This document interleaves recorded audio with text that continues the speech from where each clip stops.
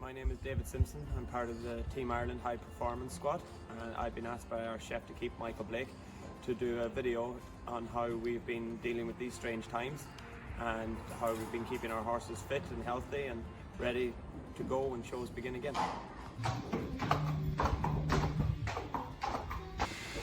So today in our video I'm going to ride Jensen. I'm going to show you a little bit how a few of the exercises I do with him, and a little bit, I'm not going to really go into any exercise in depth because my colleagues, for example Shane, Mark, Cameron, have done really great videos on in-depth into individual exercises, and they're all exercises I would use myself, so I don't want to bore you with doing more of them. During this strange period, I've been really attentive to the fact that my horses, I don't want to bore them to death in the sand school. I don't want their fitness to drop too much, but I don't obviously want them at the level of fitness I expect from them when they're going to a show every week. So we really have worked hard on every week. We sit down, we plan the horses' week individually and where we want them to be, and at the same mentality we also wanted that it's not going to be too hard to get them back to show fitness when we're ready to go to shows, because obviously there's no definitive date yet when FEI competitions are going to resume, so it's a little bit of a guessing game for us. So this is the heart of our stable. We were very lucky when we moved here that we pretty much started from scratch, and Louise and myself designed the yard to really flow and function well as a sports yard. So here's where all the horses, they get prepared for riding. The guys pack them up always onto the solarium so the temperature is good for their backs, it relaxes all their muscles and make sure they're ready to work in a very healthy way. And also behind me is our wash boxes, where once they're finished riding, all the horses get a nice warm bath and groom before they're put away. We plan everything here, who's riding what horses, what jobs need doing, what shows are coming up, and yeah, this is the base of operations really for DLX.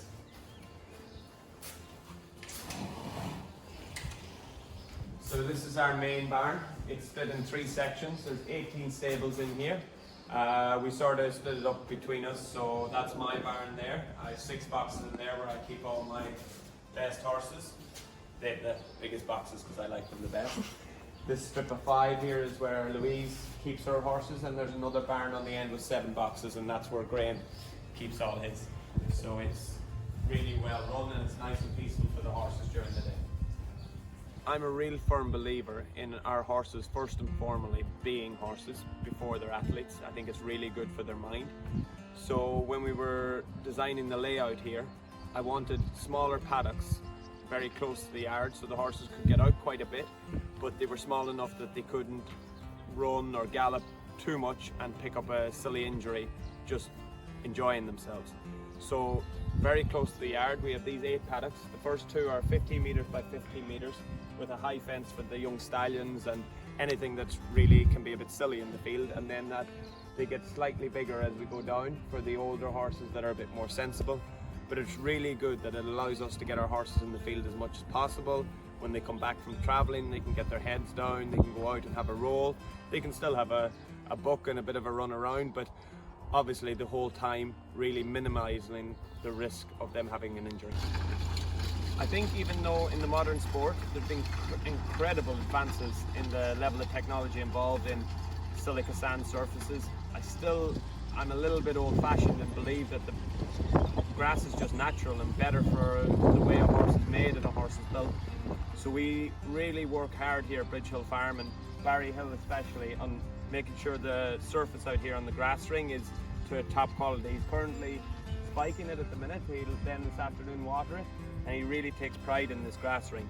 And it really shows, I think, that every day when we come out here to ride and give him a little jump, the footing is just incredible, and we're really, really happy with this ring. Here I am with Jensen doing an exercise you've already seen in Shane's video. I think this is a really good exercise to discover pretty much where your horse is at in his body. If he's a little bit stiff somewhere, if you're struggling with his balance. I really like this exercise and I feel you learn a lot from it. I've adapted Shane slightly, that I have the little white vertical on 4 or 5 strides from one of the Cavalettis, so that you can really keep them in the exercise but change leg, change direction and feel where your issues are. Here I swap from the left rein to the right rein and go back into the exercise. Jensen, he's naturally a little bit stiffer on my right rein.